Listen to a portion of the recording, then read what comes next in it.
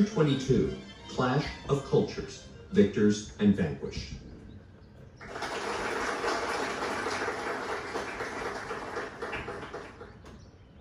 Europeans conquered the Americas, but they never succeeded in subduing the cultures of the Indians and the Africans.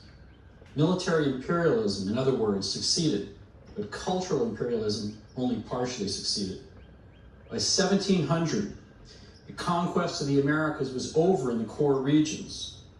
It was only in the frontiers of North, Central, and South America that the conquest would continue into the 19th and 20th centuries, in fact. European empires would be in place by 1700, and in some cases, pieces of these empires would last well into the 20th century.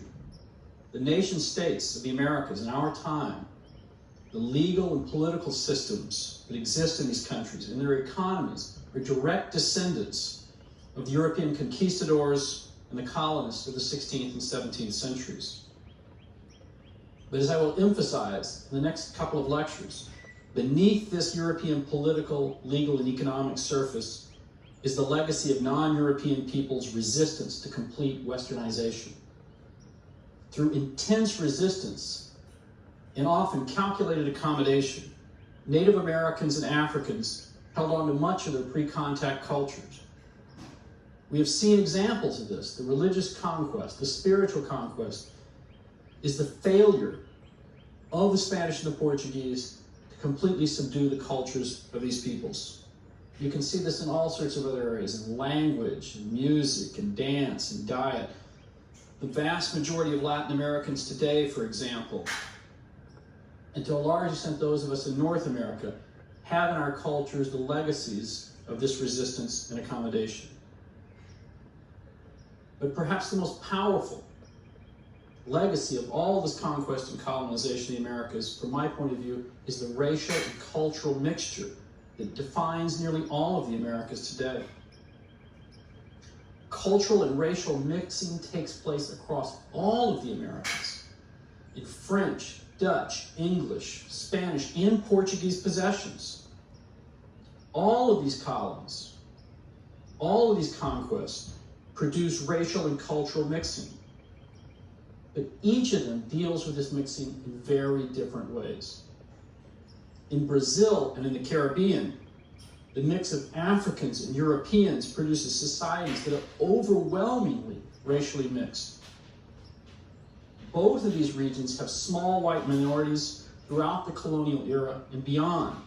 Brazil, for example, my favorite example, in the early 19th century has perhaps 3 million inhabitants. Half of them are slaves. Of the other half of the population, of the other 1.5 million, half of them are racially mixed by Brazilian standards, and the other 750,000 are white by Brazilian standards, but as we shall see, white is a much more flexible category in Brazil than it is in North America.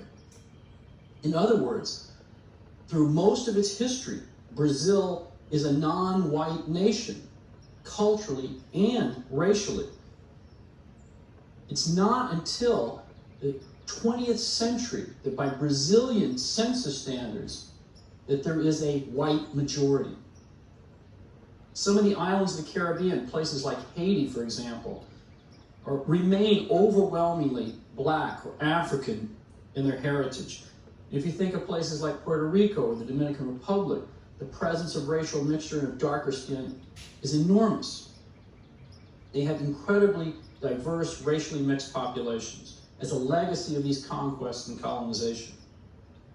In the heavily indigenous nations of the Andes and Mesoamerica, places like Mexico, Guatemala, Ecuador, Peru, Bolivia, these are prime examples of racial and cultural mixture, not of Africans and Europeans, but of Indians and Europeans.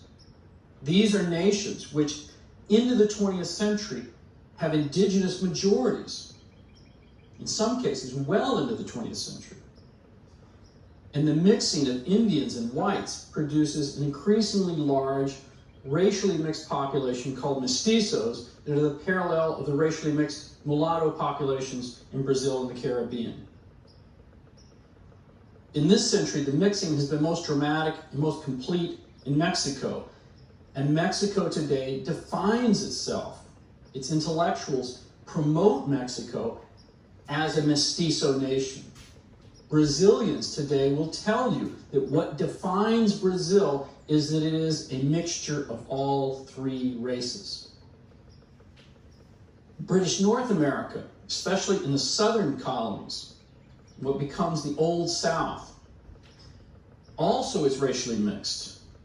But what develops in what becomes the U.S. is a very different racial system.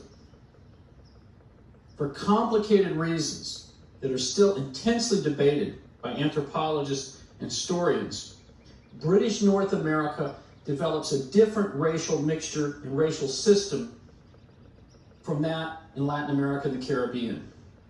Everyone agrees that racial mixture took place, especially in the southern colonies, where there was a large African population. Recent DNA studies, for example, have shown that African Americans, somewhere between a quarter to a third of all African Americans, have white genetic markers. Clearly, there's racial mixture in what becomes the United States. But what develops in this country is a much more rigid, bipolar system, as we'll see, than that which develops in Latin America and the Caribbean. For whatever reasons, it develops differently.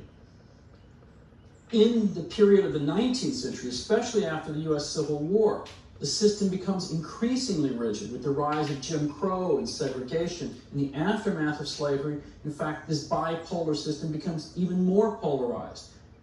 In the 19th century, there was a census category in the U.S. Census for mulatto. We recognized there was racial mixture in the 19th century. After 1910, the category is removed from the census, so you can only be black or white, and we recognize nothing in between. The Indian peoples in North America are mainly annihilated or moved to reservations and isolated. So what takes place in the United States, and especially in British North America, is the creation of a racial system that is very polarized. In particular, in the southern colonies, polarized between blacks and whites, with no recognition by the 20th century of any intermediate categories. With the exception of colonial South Carolina, none of the 13 colonies has a black majority, and this is a crucial factor, as we'll see. In Latin America, on the other hand, and in the Caribbean, what develops is not a bipolar system, but a color continuum. But I want to emphasize here, we have to remember, this is my main point here, we have to remember that race is a social and cultural construct. It has no biological or genetic basis. Any geneticist or biologist will tell you this today. Our notions of race in the United States and much of Latin America arise out of an effort in the late 19th century to describe differences among peoples scientifically. These people in the late 19th century, what today we would call anthropologists, developed categories in which they confused culture and biology, and they merged them together to explain what they see as categories that define peoples. But these are highly subjective categories. What we see as race, what peoples of the Caribbean see as race, what peoples of Latin America or Canada see as race, in fact, is their reading, their perception, by and large, of physical features, of characteristics, of colors of skin. And these are incredibly subjective. The reading of appearance varies widely all across the Americas, including within Latin America. But they see race in Latin America and the Caribbean as a continuum of colors, and one's place on this continuum is dependent upon a variety of factors, and not only the color of your skin, the shape of your nose, the kind of mouth you have, the kind of hair you have. It's not only on physical characteristics, but it is also on the way you speak, the way you dress, how much money you have, who you're connected to. In this sense, race, this construct of race in Latin America, is very subjective. All societies in the Americas construct racial and class systems, and they determine a person's position in this racial and social hierarchy by reading physical features as well as these economic and cultural features. I'm going to give you a couple of vast overgeneralizations here. As we all know, generally speaking, all generalizations are false, but I'm going to give them to you anyway. First, what develops in the United States, especially after 1865, is a system where race always trumps class. No matter how much money you have, no matter who you're connected to, your race always is what matters first. And this only begins to change in our lifetime in the 1960s and 1970s with the legal dismantling of segregation and discrimination. In Latin America, historically, what matters most is class, and class always trumps race. There's a wonderful old saying in Brazil that says, money whitens.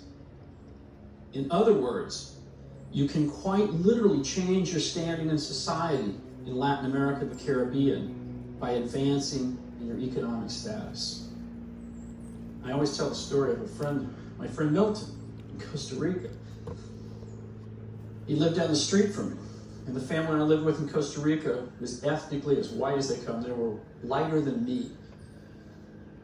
And the woman in the house one day was discussing with me this guy down the street. She says, well, this black guy down the street. And I said, oh, you mean Milton? Yeah, I know him. He's one of my professors in the university. He got his PhD at Ohio State. And she goes, oh, you know him.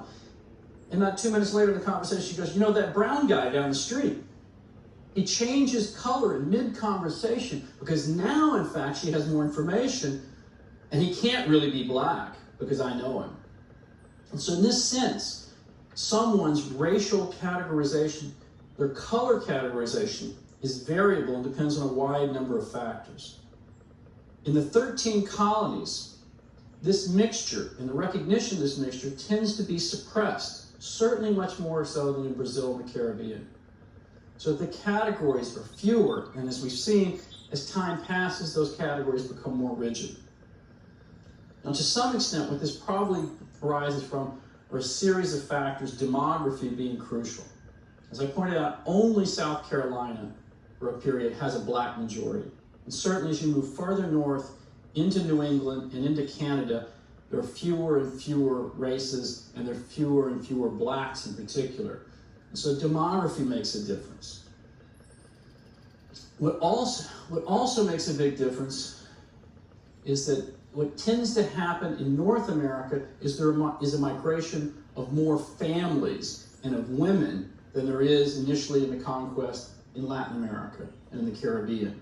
What this means is that although women are in a subordinate position, they tend to have a greater voice in society than they do in Latin America in particular.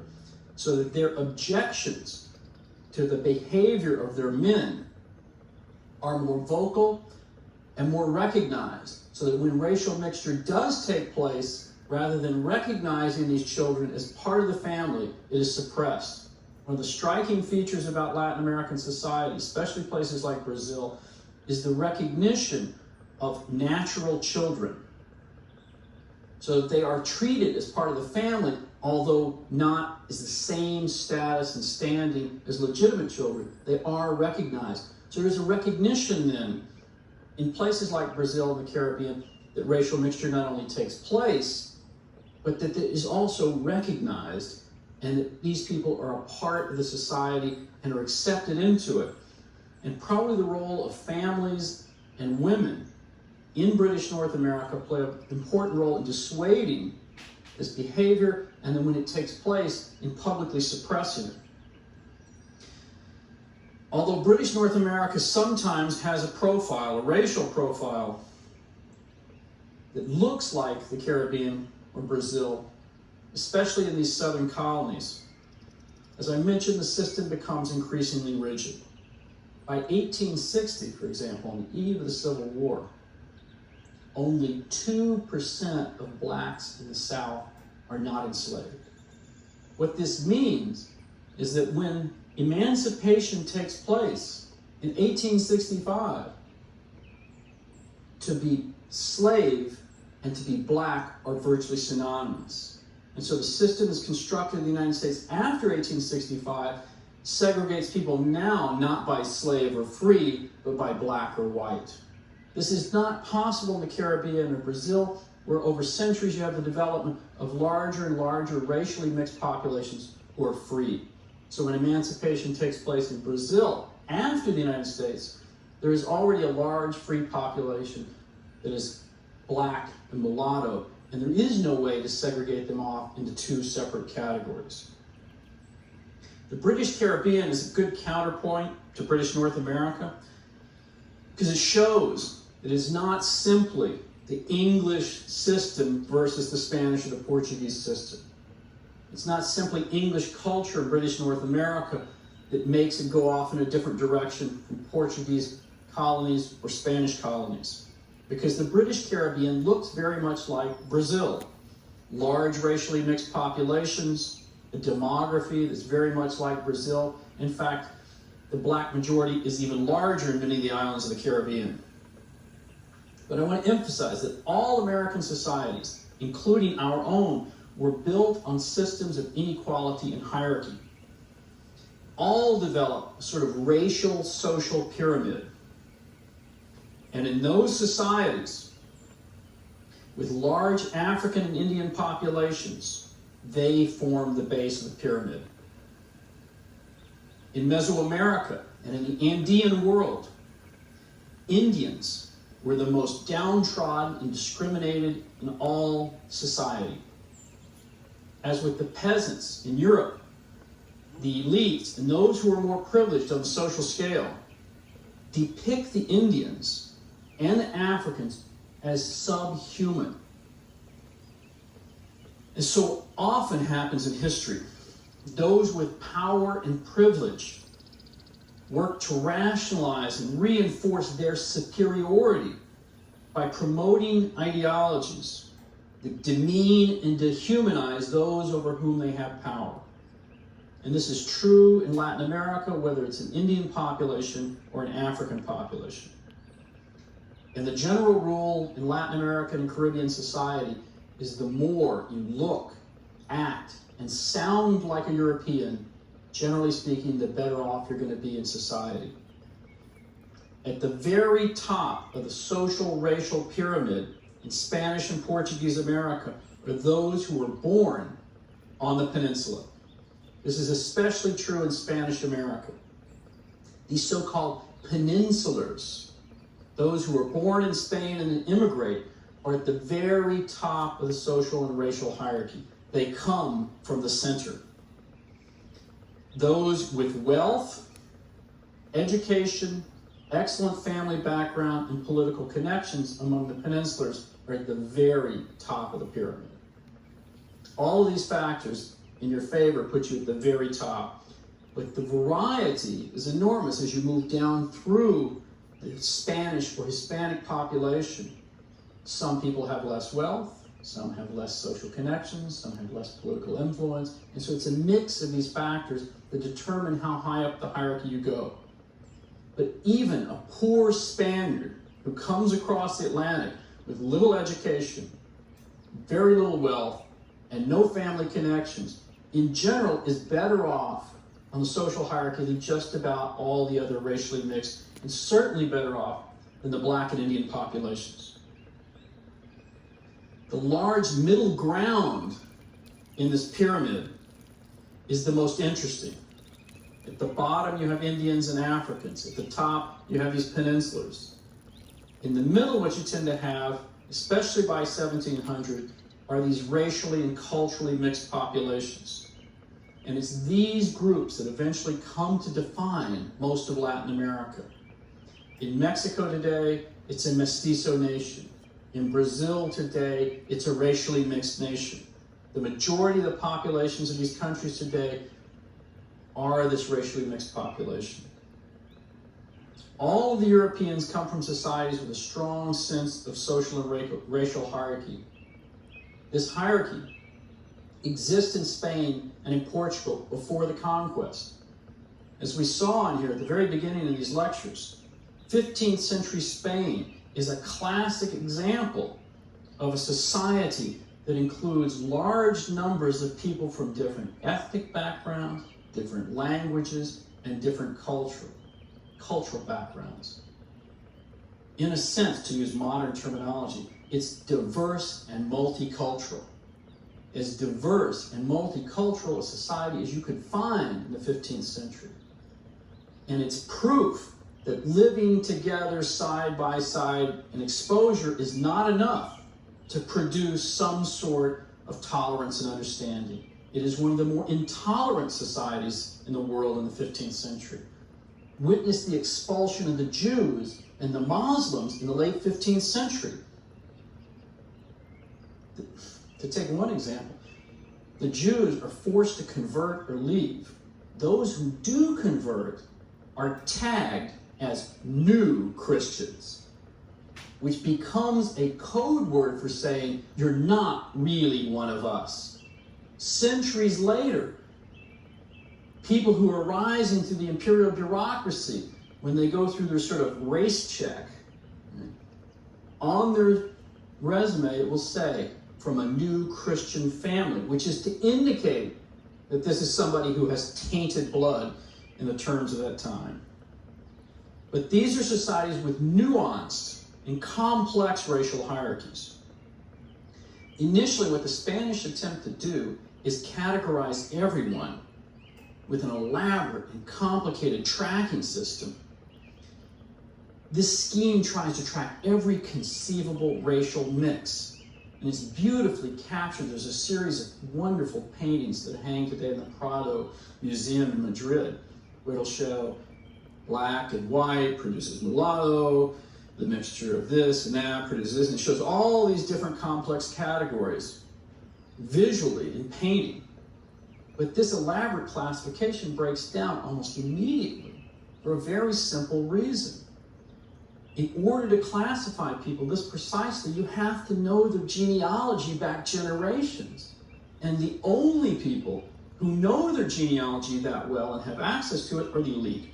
And so the great masses, the population in Latin America, certainly by 1700, cannot track those genealogies. And so what develop, in fact, are more fluid and amorphous categories of racially mixed, what are called the caste or the castas in Spanish, which is a sort of generic term for the racially mixed. But the point I want to make is the Spanish and the Portuguese are very conscious of color gradations. They're very conscious of these nuances. I always try and describe racial mixture in Latin America by using a triangle. And so you imagine that each point on the triangle is one of the three peoples. We have Europeans, Indians, and Africans. And then the sides of the triangle show you the possible intermediate groups. So a European and an African produce a mulatto. A European and an Indian produce a mestizo. And the less common categories, the Indian and the African, produce what are called sambos, which is where we get the word sambo in English. And so these are sort of the general three intermediate groups that emerge. But in fact, what mestizo and mulatto really are categorizing is a wide range of peoples who are generically labeled mulatto, which simply means that some of your ancestry comes from Europe and some comes from Africa. And the same thing is true of mestizo. So what takes shape then is the growth throughout the 16th and 17th centuries of these intermediate categories, especially the mestizos and the mulattoes. In those areas with large Indian populations, you have the gradual increase of mestizo populations. In those areas like the Caribbean and Brazil, you have the gradual increase of mulatto populations. But there are many categories. The US constructs a system which is often labeled two-tier, blacks and whites. What emerges in Latin America is what is often been called a three-tier system, black, white, and intermediate categories. These intermediate categories are complex and multiple. But I want to emphasize they're culturally and socially constructed. What it meant to be Indian is fairly clear. This is someone who lived in an Indian village, who spoke an indigenous language, who has a certain sort of diet, and dresses in a particular way. Often dresses in a particular defined way that you can tell which village this Indian comes from. But it also shows you how fluid these categories are. If the child of an Indian learns to speak Spanish, moves into the city, begins to dress like a European, that child becomes a mestizo. Because now it's somebody who, even though their phenotype is closer, their color is closer to Indians, speaks Spanish, dresses like a European, and lives in a Hispanic world. It's a very fluid category. In fact, this shows you its culture as well as what we call race. The influence and contact with Spaniards in Spanish America will draw the Indians increasingly into the Hispanic world. It's a process that's often been labeled with this sort of odd word, Hispanization. So throughout the 16th and 17th centuries, the forces of assimilation are working on Indian peoples and on African peoples. Culture, in effect, will begin to override biology. The Africans who come across and have children in the New World, their children grow up speaking Spanish and Portuguese and English. They begin to dress as the Europeans. And so in this sense, there's a cultural process of assimilation that's taking shape. What also emerges within the Spanish population, and to a lesser extent in the Portuguese population, is the development of a new identity that is less European and is called Creole. Creole is an interesting term. Originally, the term indicates the child of an African born in the New World. And in fact, in Portuguese today, crioulo is a synonym for black.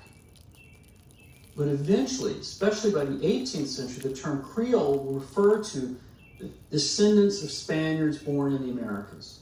And so a distinction at the top of the social pyramid will be between peninsular Spaniards, as they see themselves, true Spaniards, and Spaniards born in the New World, Creoles. And in fact, there's a parallel to this.